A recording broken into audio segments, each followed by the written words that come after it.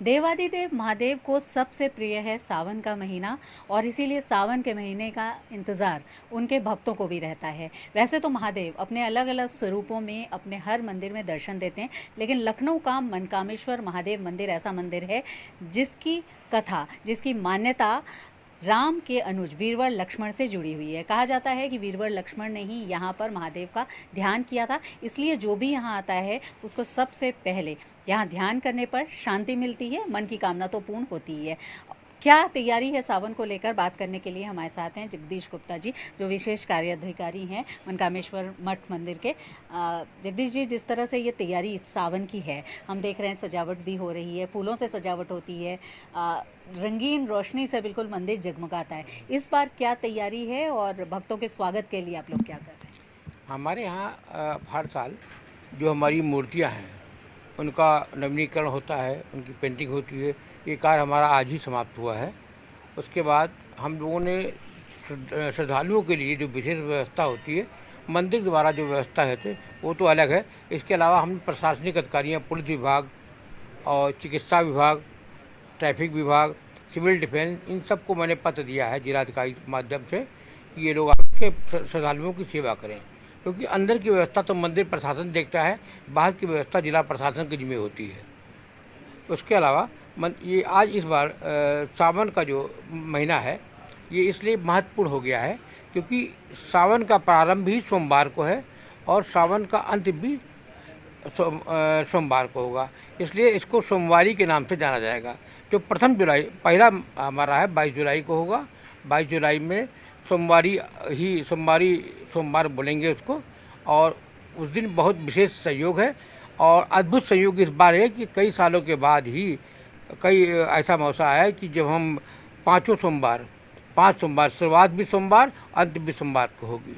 बिल्कुल, यानी महादेव का जो सबसे प्रिय दिन है, जो महादेव का सबसे प्रिय महीना है, वो उसी दिन पर शुरू हो रहा है। अगर हम बात करें मान्यता की, क्योंकि अलग अलग मंदिरों की अलग अलग मान्यता है, लेकिन ये लक्ष्मण जी से जुड़ा हुआ है। कहा जाता है कि लक्ष्मण जी ने ही यहाँ सबसे पहले महादेव का ध्यान किया था। देखिए, इसको हम रामायणकालीन प्राचीन मंदिर बोलते हैं। भगवान श्री राम के भाई लक्ष्मण जी जब सीता जी को वनवास छोड़ करके लौटे तो वो व्यथित हो गए थे। तो उन्होंने व्यथित होकर बाद जब वो इधर आए तो उन्हें गोमती तट पे ही इसी स्थान पर बैठ करके शिव की आराधना की, पूजा किया, उनको शांति मिली। इसलिए इसका बहुत महत्व है, इसलिए इसका नाम रखा गया मनकामेश्वर।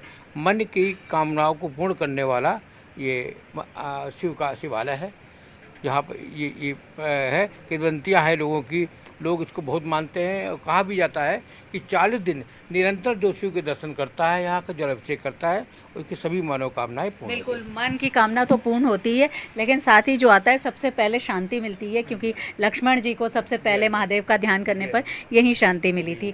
एक और मंदिर में पिछले समय में परंपरा शुरू हुई है, वो ये है कि जो दुग्ध अभिषेक होता है, जो दूध चढ़ाया जाता है, उससे भक्तों को अपील की जाती है कि वो थोड़ी मात्रा में चढ़ा करके बाकी यहाँ पर रखे पात्र में रखें, और उससे जो खीर बनाई जाती है वो यहाँ भक्तों को और वंचितों को भी वितरित किया जाता है। तो ये भी परंपरा इस बार भी देखने को मिलेगी।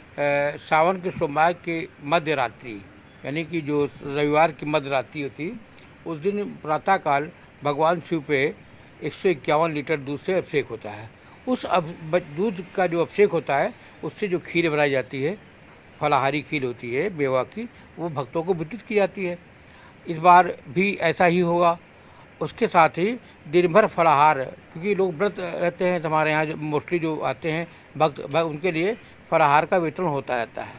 इस बार भी हम लोगों से ये अपेक्षा करेंगे कि आप आवें और शिव को जलाभिषेक करें, दुग्धाभिषेक करें, और दुग्धाभिषेक के साथ में आप जो है थोड़ा दुग्ध शिव पर चढ़ाएं, बाकी हमारे जो पात्र हमारे सेवादार लगे हैं उनको आप दे दें, वो भी शिव को ही अर्पित होगा, क्योंकि उसकी खीर बनकर निरंतर बचती रहेगी।